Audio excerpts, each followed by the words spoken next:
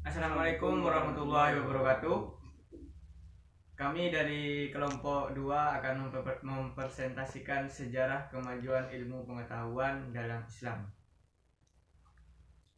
Untuk yang pertama, sejarah kemajuan ilmu pengetahuan dalam Islam. Tidak dapat dipungkiri bahwa ilmu pengetahuan dalam salah satu aspek penting dalam kehidupan manusia. Ilmu pengetahuan yang diajarkan dalam kehidupan diharapkan dapat membantu manusia dalam menjalankan segala aktivitas dan perannya, seperti halnya fungsi agama dalam kehidupan manusia. Meskipun demikian, layaknya ilmu pengetahuan tidak terlepas dari ajaran agama yang dipisahkan dari ilmu agama itu sendiri. Islam adalah agama yang menunjukkan ilmu pengetahuan, dan begitu juga ilmu pengetahuan memiliki interaksi dengan agama. Kemajuan zaman, teknologi, dan arus informasi seakan memperlebar jarak antara ilmu pengetahuan dan agama. Lalu bagaimanakah kedudukan dan penting ilmu pengetahuan menurut Islam itu sendiri? Simak penjelasan berikut ini. Pengertian ilmu pengetahuan. Kata ilmu berasal dari kata dalam bahasa Arab yaitu ilm, yang berarti pengetahuan, dan kemudian arti tersebut berkembang menjadi ilmu pengetahuan. Kata ilmu itu sendiri diserap dalam bahasa Indonesia menjadi kata ilmu, yang merujuk pada ilmu pengetahuan. Dalam sudut pandang Islam, ilmu sendiri diartikan sebagai pengetahuan yang diperoleh berdasarkan ijtihad atau hasil pemikiran mendalam para ulama dan ilmuwan muslim yang didasarkan pada Al-Quran dan hadis. Allah bahkan menurunkan ayat pertama yang berbunyi, "Bacalah," sedangkan kita mengetahui bahwa membaca adalah aktivitas utama dalam kegiatan ilmiah. Kata ilmu itu sendiri disebut sebanyak 105 kali dalam Al-Quran, dan kata asalnya disebut sebanyak 744 kali. Perkembangan pengetahuan dalam Islam. Al-Razi dengan karyanya Al-Hawi ayat 805 pada tahun 850 sampai 923, yang merupakan sebuah ensiklopedia mengenai perkembangan ilmu kedokteran sampai masanya. Kazas juga mengarang suatu ensiklopedia atau kamus kedokteran dengan judul Continuous. Ibnu Sina pada tahun 1980 sampai 1037, yang menuliskan buku-buku kedokteran dengan diberi judul Al-Qanun atau The Canon of Medicine, yang kini menjadi standar dalam ilmu kedokteran di Eropa. Al-Khwarizmi atau Al-Qarius, yang menulis buku Al-Jabar pada tahun 825 Masehi dan merupakan buku standar ilmu matematika selama beberapa abad di Eropa. Ia juga menemukan penggunaan angka desimal yang menggantikan angka Romawi di Eropa. Ibnu Hus pada tahun 1126 sampai 1198, seorang filosofi yang banyak menerjemahkan karya Aristoteles.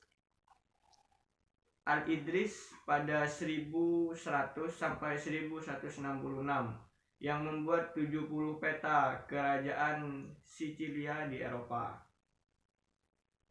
Jabir ibn Hayyan dan Al-Binuri, yang merupakan ilmuwan di bidang kimia. Islam dan cabang ilmu pengetahuan. Islam dan ilmu pengetahuan alam. Dalam Islam, kita mengenal adanya ayat qauliyah dan kauniyah. Ayat kauniyah adalah tanda-tanda kebesaran Allah yang tersirat dalam alam semesta, sementara ayat qauliyah adalah ayat yang tertulis dalam Al-Quran. Islam tidak terlepas dari keberadaan ilmu pengetahuan alam dan Al-Quran. Banyak ayat yang menyebutkan tentang ilmu dan kejadian yang menyangkut ilmu fisika maupun biologi, seperti tertera dalam ayat berikut, yang artinya, "Dan dialah yang meniupkan angin sebagai pembawa berita gembira sebelum kedatangan rahmatnya, hingga apabila angin itu telah membawa awan mendung, kami halau ke suatu daerah yang tandus, lalu kami turunkan hujan di daerah itu. Maka kami keluarkan dengan sebab hujan itu berbagai macam buah-buahan. Seperti itulah kami membangkitkan orang-orang yang telah mati. Mudah-mudahan kamu mengambil pelajaran dari Quran Surat Al-A'raf ayat 57. Kami akan memperlihatkan kepada mereka tanda-tanda kekuasaan kami di segala wilayah bumi dan pada diri mereka sendiri, hingga jelas bagi mereka bahwa Al-Quran itu adalah benar. Tidakkah cukup bahwa sesungguhnya Tuhanmu menjadi saksi atas segala sesuatu? Quran Surat Fussilat ayat 53. Islam dan ilmu pengetahuan sosial. Banyak cabang ilmu pengetahuan sosial yang dipelajari saat ini, dan ilmu-ilmu tersebut juga tercantum dalam Al-Quran. Islam mengenal adanya ilmu ekonomi, politik, sosial, dan cabang ilmu sosial lainnya. Dalam Islam diatur juga hal-hal mengenai perdagangan, demokrasi, dan hal lainnya yang menyangkut ilmu hukum dan sosial. Seperti halnya Allah mengatur mawaris atau hukum waris dalam Islam, serta pembagian harta waris menurut Islam, larangan riba, hukum pernikahan, perdagangan yang baik, dan lain sebagainya. Adapun berdasarkan ilmu pengetahuan sosial dan Al-Quran, Allah menciptakan manusia sebagai makhluk sosial, dan hakikatnya pencipta manusia adalah untuk beribadah dan bergaul dengan sesamanya. Islam dan ilmu humaniora. Ilmu humaniora adalah ilmu yang menitik beratkan fokusnya pada manusia dan yang menyangkut kehidupan manusia seperti ilmu filsafat, seni, kesastraan, kemiliteran, teknologi, dan lain sebagainya.